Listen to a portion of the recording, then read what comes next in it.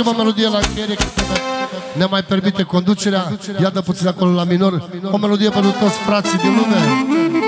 După care conducerea, dacă mai ne lasă, mai cântăm.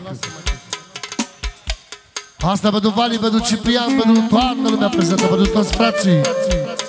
Dar nu, dă puțin volum la microfon și atât. Ia-o scurt. Un pic.